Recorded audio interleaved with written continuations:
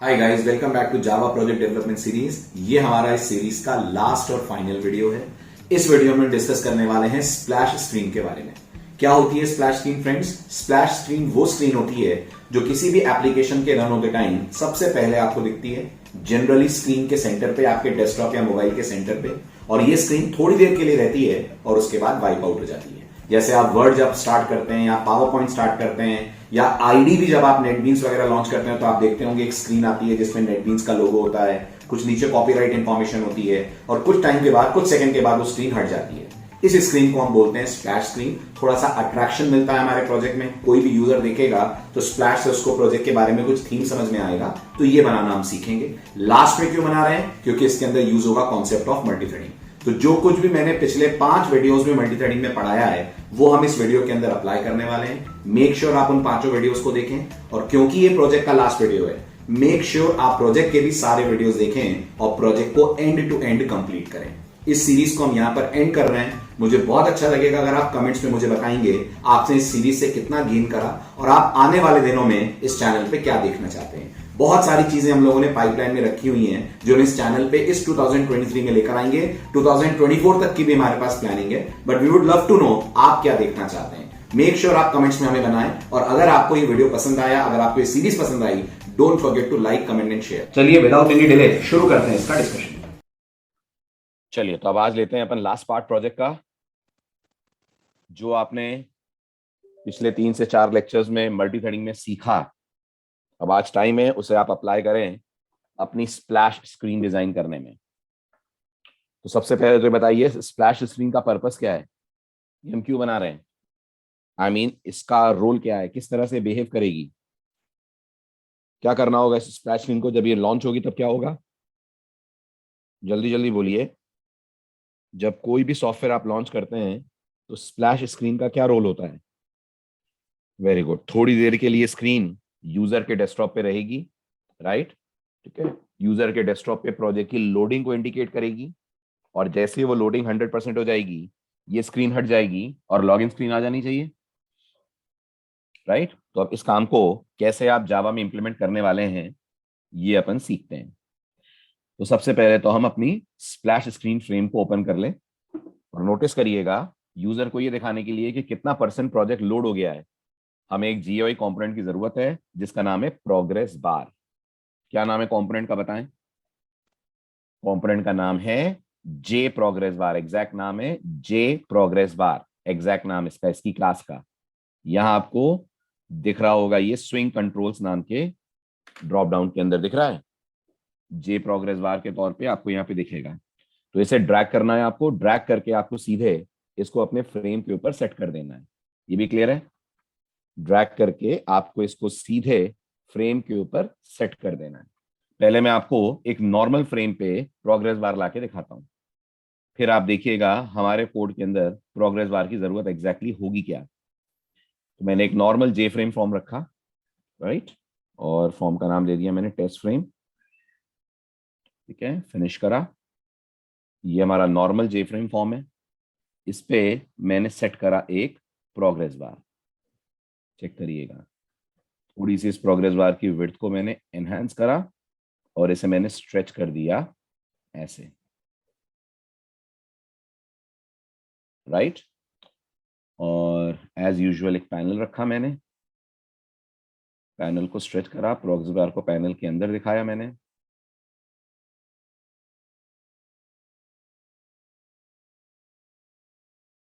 ठीक है, ये हमारा प्रोग्रेस बार हो गया। ठीक, अभी कुछ नहीं होगा, जब रन करेंगे तो बस बहुत प्लेन सा आपको एक बार प्रोग्रेस बार के तौर पे नजर आएगा। अब होना क्या चाहिए? होना ही चाहिए यहाँ प्रोग्रेस दिखनी चाहिए, यस और नो, दिखनी चाहिए। तो पहले हम देखते हैं इस प्रोग्रेस बार को हम प्रोग्रेसिव कैसे बनाते हैं। तो एक बटन लेते हैं और मैं आपको प्रोग्रेस बार के अंदर कैसे आप दिखाएंगे प्रोग्रेशन, उसका लॉजिक बताने जा रहा हूँ। ठीक है, अभी फिलहाल हमारे हर बटन क्लिक पे ये प्रोग्रेस बार थोड़ा सा इंक्रीमेंट होता हुआ आपको दिखेगा। तो यहां मैंने कह दिया क्लिक मी। पहली चीज, अगर आप चाहते हैं कि प्रोग्रेस बार इंक्रीमेंट होता हुआ दिखे, प्रोग्रेस बार के अंदर परसेंटेज आती हुई दिखे, तो प्रोग्रेस बार का एक मेथड कॉल करना है आपको, जिसका नाम होता है set painted, set string painted पूरा नाम होता है।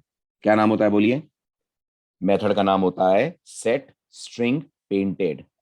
किसका मेथड है? Set string painted, progress bar का मेथड है। क्यों कॉल करना है इस मेथड को? इसलिए कॉल करना है कि अगर आप इसे कॉल नहीं करेंगे तो जो आप परसेंटेज दिखाना चाहेंगे वो परसेंटेज प्रोग्रेस बार में नहीं दिखेगी। आप चाहते हैं 10%, 20%, 30% ये नजर आए, राइट? तो इसके लिए आप लिखेंगे जे प्रोग्रेस बार 1, ये आपके प्रोग्रेस बार का नाम है, डॉट सेट स्ट्रिंग पेंटेड, और यहाँ पैरामीटर में पास करेंगे आप ट्रू। ये क्लियर है? ये समझ में आया? ठीक है। अब सवाल है प्रोग्रेस दिखेगा कैसे। तो नोटिस करिएगा, आप अपने बटन के क्लिक में जाकर प्रोग्रेस बार के एक और मेथड को कॉल करेंगे जो प्रोग्रेस दिखाने का जिम्मेदार है, और मेथड का नाम है सेट वैल्यू। क्या नाम है बताइए? मेथड का नाम है set value, J progress bar 1 dot set value. ये मेथड आपसे पैरामीटर में क्या लेता है? ये मेथड आपसे पैरामीटर में एक इंटीजर लेता है। इमेजिन करिए मैं इसको पैरामीटर में पास करता हूं काउंट, ठीक है, और काउंट को प्लस इक्वल टू मैं अपनी तरफ से दे देता हूं 20, ओके, और काउंट नाम का एक इंटीजर ग्लोबल लेवल पे डिक्लेयर कर देता हूं। ग्लोबली करना पड़ेगा ना, तभी हर बार बटन क्लिक पे काउंट की वैल्यू बढ़ेगी, राइट? और इनिशियली इसको कर देते हैं अपन 1, ठीक है। इनिशियली ये 1 रहेगा, तो जब मैं पहली बार बटन क्लिक करूंगा तो सेट वैल्यू में 1 आएगा, और आपको क्या दिखेगा? आपको दिखेगा 1%। फिर ये काउंट बढ़कर कितना हो जाएगा? फिर ये काउंट बढ़कर 21 हो जाएगा, तो दिखेगा 21%, फिर 41%। लेकिन आपको हर बार बटन क्लिक करना पड़ेगा, यस और नो? यस, आपको हर बार बटन क्लिक करना पड़ेगा, चेक करिए। बट हम तो नहीं चाहते ना कि बटन क्लिक करना पड़े, हम तो चाहते हैं प्रोग्रेशन ऑटोमेटिक हो। ऐसे थोड़ी ना यूजर बटन क्लिक करेगा। लेकिन आपको थीम समझ में आ गया होगा कि प्रोग्रेस बार के अंदर जो प्रोग्रेस है वो दिखाई कैसे जाती है। उसके लिए कॉल करते हैं अपन मेथड जिसका नाम है सेट काउंट, सेट वैल्यू, और जो पैरामीटर में आपसे एक इंटीजर लेता है, ठीक है। अब आपके पास दो चैलेंजेस हैं। पहला चैलेंज है लूप कब तक चलाएंगे। यहाँ तो मुझे दिख रहा है यूजर बटन क्लिक करता जा रहा है और मैं इसको बढ़ाता जा रहा हूँ। मुझे लूप कब तक चलाना होगा? जवाब है आप लूप तब तक चलाएंगे जब तक ये प्रोग्रेस बार पूरा 100% कवर ना हो जाए। सही कह रहा हूं? जब तक ये प्रोग्रेस बार पूरा 100% कवर ना हो जाए, ठीक है। तो कैसे पता चलेगा कि इसकी 100% वैल्यू कितनी है? तो आप इसकी प्रॉपर्टीज में जाकर देखेंगे तो आपको इसकी दो प्रॉपर्टीज नजर आएंगी। एक का नाम है मिनिमम और एक का नाम है मैक्सिमम। दिख रहा है आपको? जो इसकी मैक्सिमम वैल्यू है वो बाय डिफॉल्ट कितनी है? वो बाय डिफॉल्ट 100 है।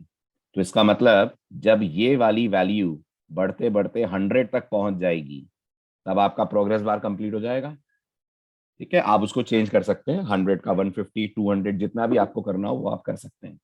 मेन पॉइंट है मैक्सिमम तक पहुंचना। और आपको कौन बताएगा कि इस वक्त क्या वैल्यू है प्रोग्रेस बार की?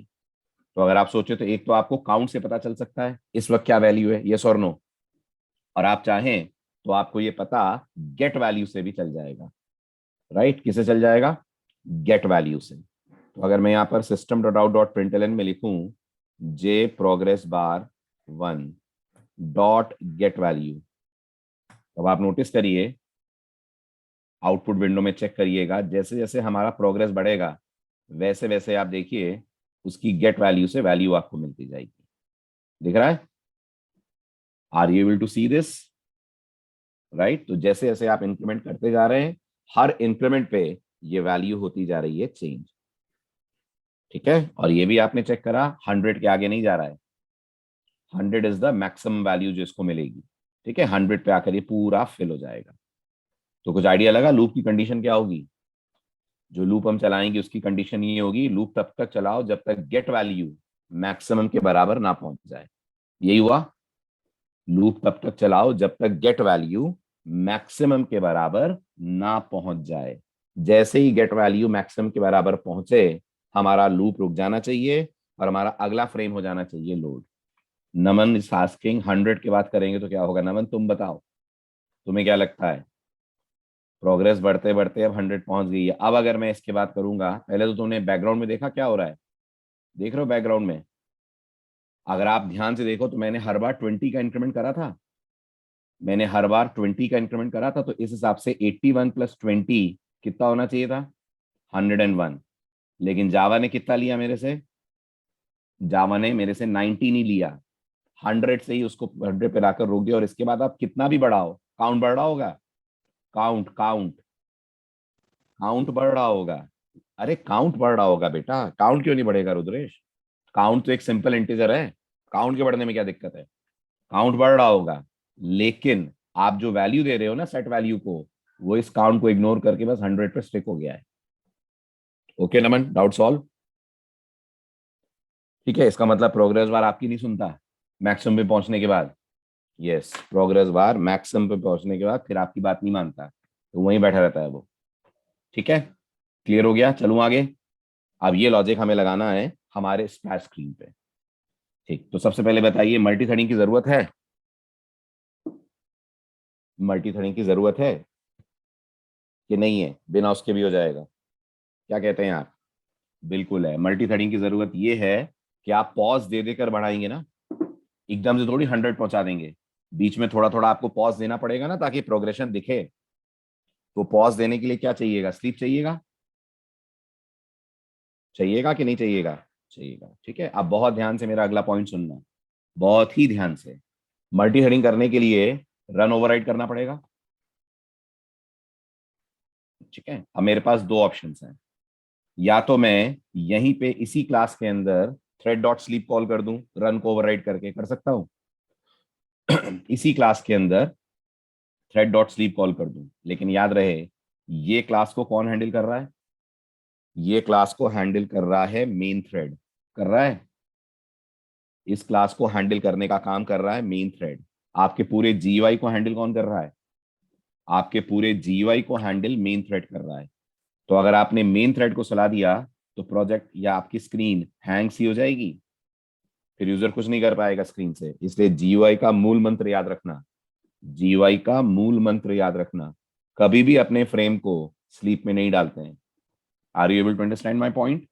कभी भी फ्रेम के अंदर स्लीप नहीं करते हैं अपन। फ्रेम सो गया तो पूरी स्क्रीन सो जाएगी, पूरी स्क्रीन सो जाएगी तो यूजर अगर बीच में स्प्लैश स्क्रीन को रोकना चाहेगा तो रोक पाएगा, कैंसिल करना चाहेगा तो कर पाएगा, नहीं कर पाएगा, वो स्क्रीन फ्रीज हो जाएगी। इसलिए आपको कभी भी अपने फ्रेम के मेन पार्ट को या मेन थ्रेड को स्लीप पीरियड में नहीं डालना चाहिए। तो फिर क्या करें? अलग से क्लास बनाएं? यस, बेटर है आप अलग से क्लास बनाएं। ठीक, तो अब हम एक सेपरेट क्लास बनाते हैं जिसमें हम लोग थ्रेडिंग करेंगे इंप्लीमेंट। आ रहा है समझ सेपरेट क्लास क्यों बनाई जा रही है ना? राइट, समझिए अब ध्यान से। तो अब मैं एक और क्लास बनाता हूं यहां पर। ध्यान से सुनना, बहुत इंपॉर्टेंट बात सीखने जा रहे हैं आप, जो आपने जावा में आज तक कभी नहीं देखी है। तो अब मैं एक क्लास बनाता हूं, अपनी क्लास का नाम मैं देता हूं स्प्लैश थ्रेड, और यहां लिख देता हूं एक्सटेंड्स थ्रेड। लिख सकता हूं स्प्लैश थ्रेड एक्सटेंड्स थ्रेड। ठीक है, और यहां पर अपन रन को कर देते हैं ओवरराइड, कर देंगे ऐसा कि रन के अंदर एक लूप चले, वो लूप थोड़ी थोड़ी देर के लिए रुके और प्रोग्रेस बार को इंक्रीमेंट करें। इतना क्लियर है? ठीक है, अब ये बताइए जो स्प्लैश थ्रेड है इसका ऑब्जेक्ट बनेगा? जल्दी बोलो फटाफट, डोंट वेस्ट टाइम। इसका ऑब्जेक्ट बनेगा, राइट। और स्टार्ट कॉल होगा, राइट। कहां करोगे ये काम? कहां करोगे? इसका ऑब्जेक्ट बनाकर स्टार्ट कॉल करने का काम कहां करोगे? ऑब्वियस सी बात है, यहां करेंगे, कंस्ट्रक्टर में करेंगे ना, फ्रेम के कंस्ट्रक्टर में। यस और नो? क्योंकि ऑब्जेक्ट कितनी बार बनाना है आपको इस थ्रेड का? ऑब्जेक्ट आपको एक बार बनाना है। कितनी बार कॉल करना है आपको स्टार्ट? वो भी एक ही बार करना है। तो यहां लिख दूं मैं splash thread S P equal to new splash thread और एस पी डॉट स्टार्ट। ये भी क्लियर है? दो लाइनें? ठीक है, नाउ अब ध्यान से देखिएगा, अब हमारे लॉजिक में आएगा ट्विस्ट। अब हमें रन ओवरराइड करना है, करना है, राइट। तो रन में काउंट ले लूं मैं पहले की तरह, जिसको इनिशियलाइज कर दूं 1 से। जल्दी जल्दी बोलिए, ले लूं? ठीक है, अब ये जो काउंट की वैल्यू है ये आप एक फिक्स परसेंटेज से बढ़ाएंगे कि रैंडम परसेंटेज से बढ़ाएंगे? क्या सही लगता है आपको? 10-10 से बढ़ाना सही लगेगा? नहीं ना? तो एक रैंडम क्लास का ऑब्जेक्ट भी चाहिएगा आपको। यस और नो? तो हमने रैंडम क्लास का ऑब्जेक्ट क्रिएट कर लिया। रैंडम क्लास याद है आपने जीयूआई में कलर जनरेट करने के लिए रैंडमली इसको यूज करा था। इसके पास एक नेक्स्ट इंट मेथड होता है जो आपको रैंडम वैल्यूज देगा। ठीक है, अब इसके बाद वाइल लूप लगेगा। अब एक लूप लगेगा ना जो तब तक चलाएगा इस थ्रेड को जब तक थ्रेड मैक्सिमम तक, सॉरी, जब तक ये प्रोग्रेस बार मैक्सिमम तक ना पहुंच जाए। यस और नो? कंडीशन बता सकते हैं मुझे इस वाइल लूप की? इस वाइल लूप की कंडीशन बता सकते हैं? Count double equal to 100। Count से क्या करना है? काउंट डबल इक्वल टू 100 कभी होगा ही नहीं नमन अगर रैंडमली बढ़ा तो। सोचो। हाँ, count less than equal to 100 कर सकते हैं, एक तरीका ये है। दूसरा तरीका प्रोग्रेस बार के थ्रू कर सकते हैं। प्रोग्रेस बार का गेट वैल्यू जब तक प्रोग्रेस बार के मैक्सिमम तक ना पहुंच जाए। प्रोग्रेस बार के पास दो मेथड होते हैं, समझे आप? एक का नाम होता है गेट वैल्यू, एक का नाम होता है गेट मैक्सिमम। गेट वैल्यू क्या रिटर्न करता है? गेट वैल्यू रिटर्न करता है प्रोग्रेस बार की करंट वैल्यू। और गेट मैक्सिमम क्या रिटर्न करता है? प्रोग्रेस बार का करंट मैक्सिमम। समझ आ रहा है? कितने मेथड है प्रोग्रेस बार के पास? दो मेथड्स हैं, एक है गेट वैल्यू, एक है get maximum. Are you getting this? तो मैं आपको पहले उन मेथड्स की बॉडी दिखाता हूं यहीं पे चला के। ठीक है, अभी हम लोग इस पार्ट को कमेंट आउट कर देते हैं, ध्यान से देखिएगा। और मैं यहां लिखता हूं system dot out dot println J progress bar 1 dot get value. ये कितना आएगा? इस समय प्रोग्रेस बार की वैल्यू कितनी है? इस समय प्रोग्रेस बार की वैल्यू 0 है, राइट? और दूसरा मैंने कहा J progress bar 1 dot get maximum. ठीक है, रन करके देखिए मैक्सिमम कितना आ रहा है, प्रोग्रेस बार की करंट वैल्यू कितनी आ रही है। दिख रहा है? एक 0 और एक 100, राइट? ये 0 कौन है? ये करंट वैल्यू है। और ये 100 कौन है? ये मैक्सिमम जहां तक ये जा सकता है। तो क्या मैं इसको अपनी कंडीशन में यूज नहीं कर सकता? बोलिए, काउंट की जगह और 100 की जगह इसको यूज करना ज्यादा बेटर है ना? क्योंकि जब आप काम प्रोग्रेस बार से रिलेटेड कर रहे हैं तो वेरिएबल्स भी और कंडीशन भी उसकी लीजिए। Will it be better? ठीक है, तो ये अपन ने थ्रेड को स्टार्ट करा और यहां आकर अब आप मुझे वाइल में क्या लिखोगे कंडीशन बताइए। कंडीशन बोलिए, कंडीशन बोलिए, वाइल पूरी लाइन बोलिए। वाइल आगे बोलिए, बोलिए, बोलिए। वाइल। इतना सा चैलेंज है ना आपके लिए, इसलिए इतनी सारी बातें सोच रहे हैं ना अपन। यस और नो? है ना? तो अब सुनिए, जावा में एक नया कॉन्सेप्ट नेस्टेड इफ पढ़ा है आपने? नेस्टेड इफ पढ़ा है? पढ़ा है। नेस्टेड लूप पढ़ा है? तो जैसे मुझे बताइए, अगर मैं नेस्टेड लूप चलाऊं तो आउटर फॉर में अगर मैंने आई चलाया है तो क्या ये आई मेरे को इनर फॉर में देखने को मिलेगा? अगर मैं इस फॉर के अंदर कहूं system dot out dot println I, तो ये आई एक्सेस हो जाएगा? हो जाएगा ना? बिल्कुल ऐसे जावा में कॉन्सेप्ट होता है नेस्टेड क्लास का। बिल्कुल ऐसे जावा में कॉन्सेप्ट होता है नेस्टेड क्लास का।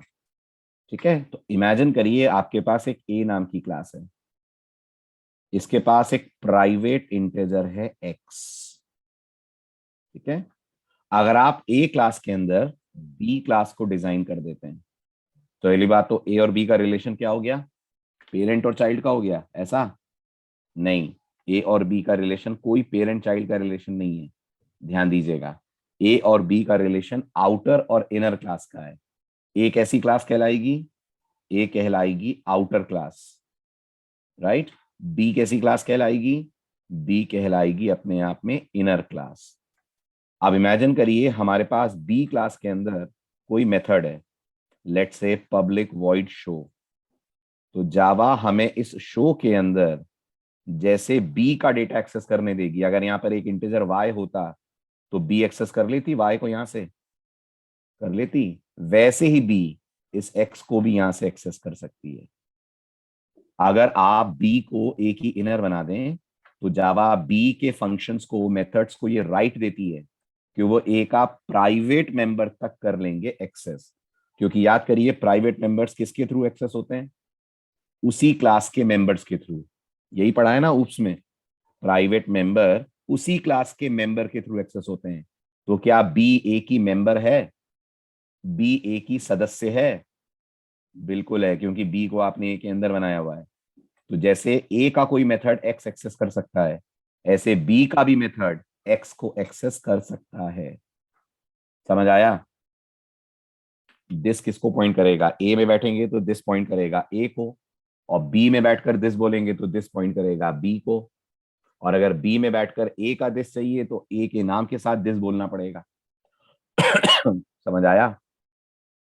ठीक।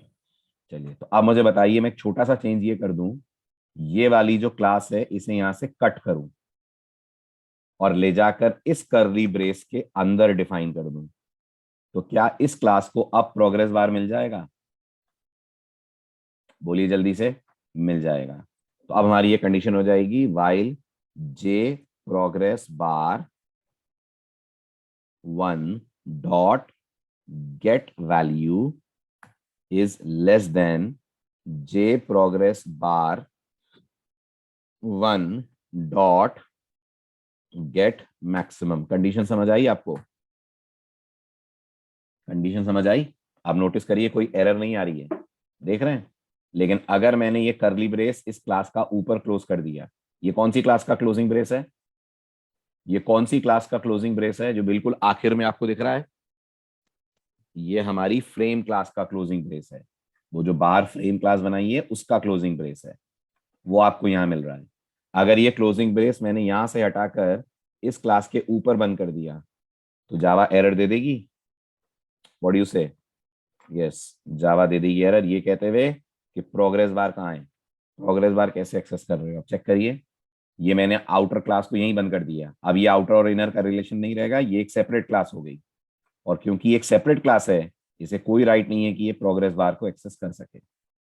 समझ आया इनर क्लास बनाने का फायदा? कॉन्सेप्ट समझ आया इनर क्लास का? यानी कई बार ऐसा होता है कि किसी क्लास को अपना काम किसी और क्लास से कराना होता है। आप चाहते हैं ना थ्रेड इस पर्टिकुलर क्लास के लिए चले, लेकिन चलाने का काम एक सेपरेट क्लास करे। यही चाहते हैं ना आप? इस क्लास के लिए थ्रेड चले लेकिन चलाने का काम कोई सेपरेट क्लास करे। तो ऐसी स्थिति में जब कोई अपना काम किसी और क्लास से शेयर करना चाहती है क्लास, तो जावा कहती है ऐसी स्थिति में आप यूज कर लीजिए इनर क्लासेस। आ रहा है समझ? इनर क्लासेस बहुत बहुत यूजफुल है जब जावा में आप इस तरीके की सिचुएशंस हैंडल करते हैं। क्लियर? चले आगे। शाबाश। ठीक, अब आते हैं वाइल के अंदर की कोडिंग। अब वाइल के अंदर ट्राई लगेगा?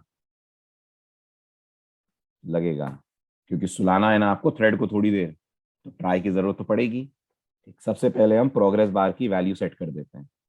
तो मैंने कहा J progress bar 1 dot set value, और यहाँ पैरामीटर में दे देता हूं मैं काउंट।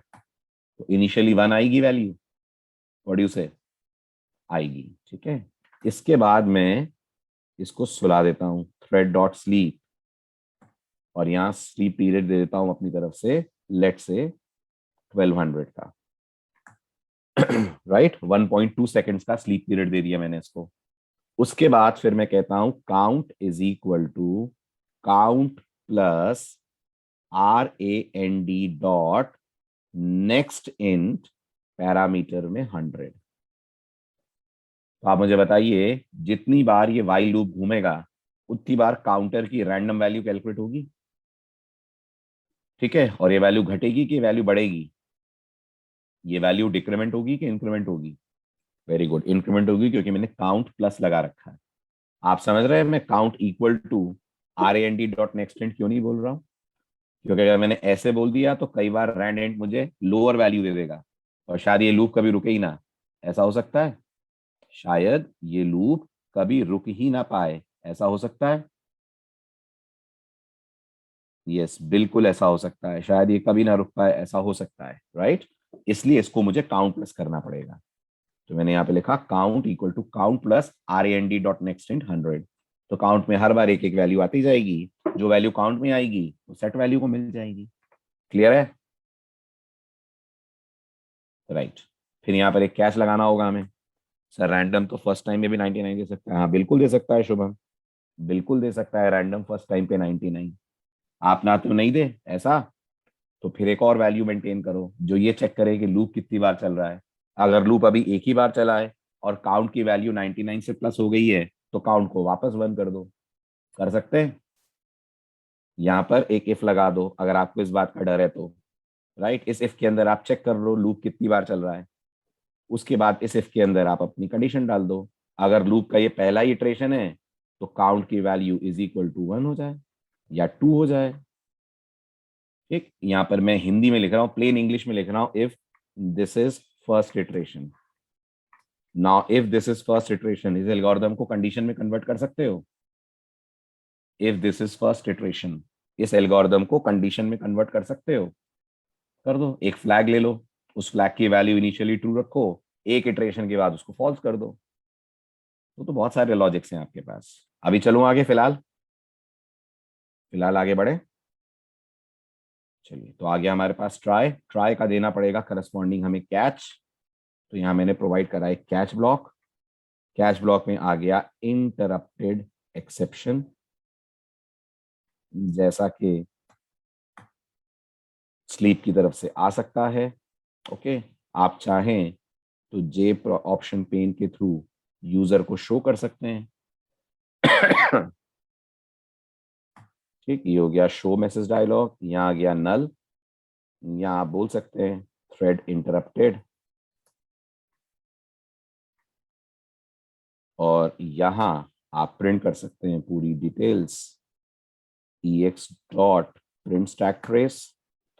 ठीक है, अब मुझे बताइए जब इस वाइल लूप से बाहर आएंगे तो आपका प्रोग्रेस बार पूरा हो गया होगा। जल्दी जल्दी बोले, आपका प्रोग्रेस बार पूरा हो गया होगा। Very good. क्या करना है प्रोग्रेस बार के पूरा होने के बाद? आंसर दीजिए। प्रोग्रेस बार के पूरा होने के बाद, वेरी गुड। और इस वाले फ्रेम को डिस्पोज भी करना है कि नहीं? ये जो करंट फ्रेम है इसे डिस्पोज भी करना है, तो आपको डिस्पोज मेथड कॉल करना होगा। क्या डिस्पोज मेथड इस क्लास के अंदर से कॉल हो जाएगा? क्या डिस्पोज मेथड इस क्लास के अंदर से कॉल हो जाएगा? हाँ हो जाएगा। डिस्पोज इसका मेथड है ना। आउटर की हर चीज, हर मेंबर, हर मेथड इनर एक्सेस कर सकती है। यस, बिल्कुल कर सकती है। तो ये वाइल आपका यहां बंद हो रहा है, यहां आप बोल दीजिए डिस्पोज। ये कौन डिस्पोज हो रहा है? थ्रेड के फ्रेम। कौन डिस्पोज होगा इस लाइन से? बोलो जल्दी, इस लाइन से कौन डिस्पोज होगा? वेरी गुड, फ्रेम होगा। दिस डॉट डिस्पोज चलेगा? दिस डॉट डिस्पोज नहीं चलेगा। अगर मैंने बोला दिस डॉट डिस्पोज तो आ जाएगी एरर। नोटिस करिए यहाँ कोई डिस्पोज है ही नहीं, क्योंकि इस वक्त अगर आप दिस बोलेंगे तो ये दिस किसको रेफर कर रहा है?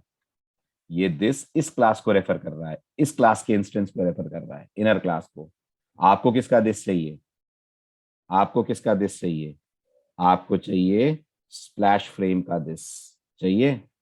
आउटर क्लास का नाम क्या है? Splash screen frame. तो अगर आपको दिस ही बोलना है तो आप बोलेंगे splash screen frame dot this dot followed by dispose. अभी चलेगा? दिस का एक और नया सिंटेक्स नजर आया। अगर हम इनर क्लास में बैठे हैं और हमें आउटर का दिस चाहिए तो सिंटेक्स से आउटर के नाम के साथ दिस बोलना पड़ेगा। हालांकि आपको ये बोलने की जरूरत नहीं है ना, अभी इतना लंबा आपका तो खाली डिस्पोज ही चल जाएगा।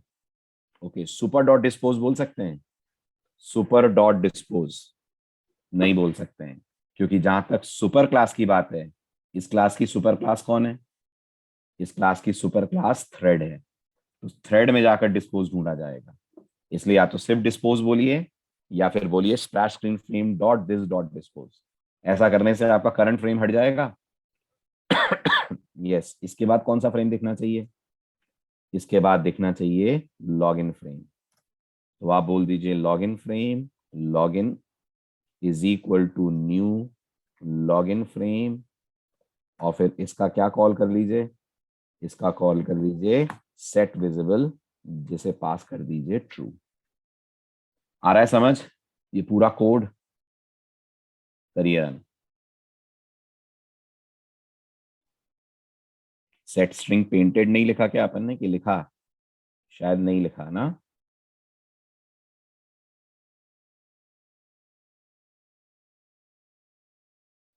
नहीं लिखा। तो एक लाइन और आएगी, J progress bar one dot set string painted और आर्ग्यूमेंट में ट्रू। अब प्रोग्रेशन दिखेगा,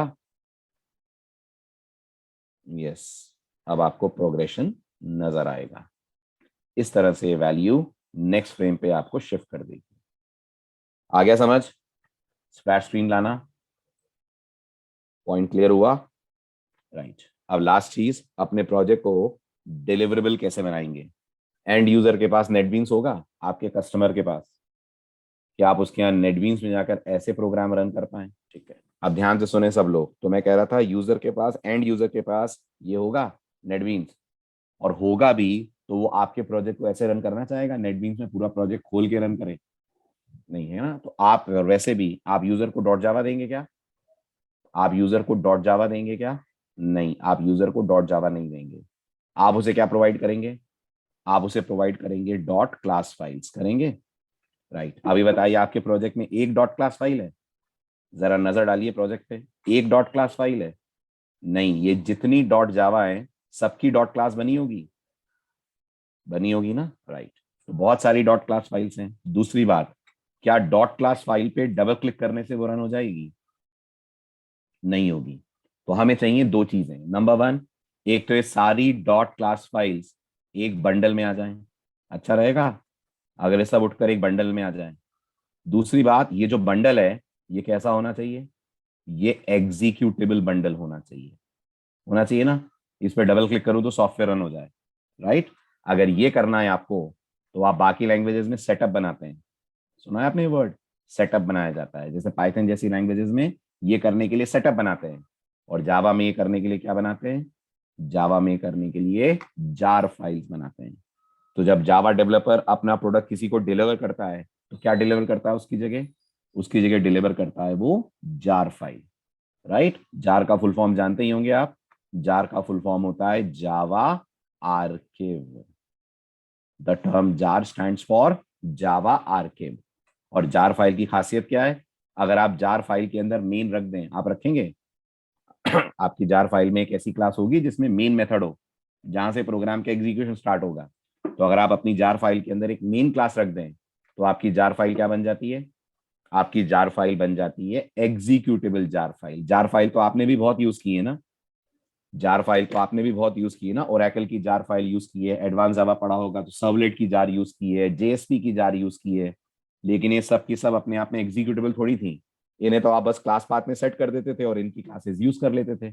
ये जार फाइल को तो डबल क्लिक करना है ना और रन करना है, तो इसको किस में कन्वर्ट करना पड़ेगा? इसको कन्वर्ट करना पड़ेगा एग्जीक्यूटेबल जार में। एग्जीक्यूटेबल जार में कन्वर्ट करने के आपके पास जार नाम का एक कमांड होता है।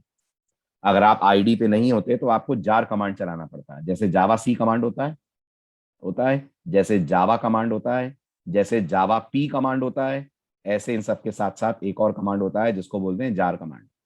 ठीक है, लेकिन क्योंकि आप आईडीई में हैं, आईडी आपके लिए ये काम भी ऑटोमेट कर देता है। क्या कर देता है? आईडीई आपके लिए इस काम को भी कर देता है ऑटोमेट। आपको कुछ नहीं करना है, बस आप आईडी को ये बताइए कि आपकी पहली क्लास कौन सी रन होनी है जब डबल क्लिक करा जाएगा। कौन सी रन होनी है हमारी पहली क्लास? यही रन होनी है, स्प्लैश स्क्रीन फ्रेम। तो जो मैंने अभी नमन को बताया वो आपको करना होगा। प्रोजेक्ट पे राइट क्लिक करिए, प्रॉपर्टीज में जाइए, रन पे आइए, यहाँ मेन क्लास के ब्राउज बटन को क्लिक कीजिए और यहाँ से अपनी मेन क्लास चूज कीजिए। हमारी मेन क्लास कौन है? हमारी मेन क्लास है स्प्लैश स्क्रीन फ्रेम। ये सेलेक्ट हो गया, ये आपने ओके कर दिया। ठीक है, अब नेटबीन्स को पता है आपकी मेन क्लास कौन है। अब नेटबीन्स में अगर आप ध्यान से देखेंगे तो आपको एक ऑप्शन मिलेगा नेटबीन्स में अपने प्रोजेक्ट को लेकर। ठीक, क्लीन एंड बिल्ड दिख रहा है? Are you able to see the third line, clean and build? अगर आप इसको क्लिक करते हैं तो नेटबीन्स आपके प्रोजेक्ट को बिल्ड कर देगा। बिल्ड करने का मतलब क्या होगा? नेटबीन्स आपके प्रोजेक्ट की क्या बना देगा? जार फाइल क्रिएट कर देगा। ठीक, तो मैं इसको क्लीन एंड बिल्ड करता हूं। जैसे मैं क्लीन एंड बिल्ड करूंगा नेटबीन्स जार फाइल बनाएगा, थोड़ा सा समय लगेगा। राइट, ये आपकी जार फाइल नेटबीन्स ने आपके लिए डिजाइन कर दी। बताइए नेटबीन्स ने कहाँ रखी है आपकी जार फाइल? नेटबीन्स ने आपकी जार फाइल कहां रखी? आपके प्रोजेक्ट के डिस्ट नाम के फोल्डर में। डिस्ट फॉर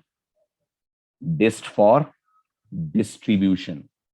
डिस्ट फोल्डर का फुल फॉर्म होता है डिस्ट्रीब्यूशन। तो ये डिस्ट्रीब्यूट करनी है आपको, ये फाइल डिस्ट्रीब्यूट करनी है। यस, अब आप जाइए इस लोकेशन पे, डी ड्राइव में, माई नेट बीन्स एप्स में, ई मार्ट में। तो अपन गए डी ड्राइव में, डी ड्राइव के साथ माई नेट बीन्स एप्स में गए, ध्यान से देखिएगा, इसके अंदर ई मार्ट में गए, यहाँ डिस्ट नाम का एक फोल्डर आपको मिलेगा।